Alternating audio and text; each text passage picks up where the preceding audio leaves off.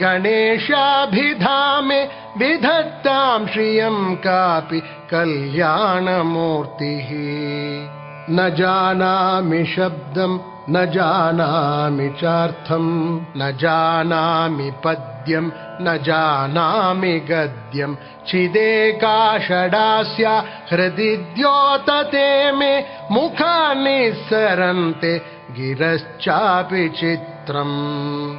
मयूराधिरूढं महावाक्यगूढं मनोहारिदेहं महच्चित्तगेहं महीदेवदेवं महावेदभावं महादेवबालं भजे लोकपालम्। यदा सन्निधानं गता मानवामि भवाम्भोधिपारं गतास्ते तदैव इति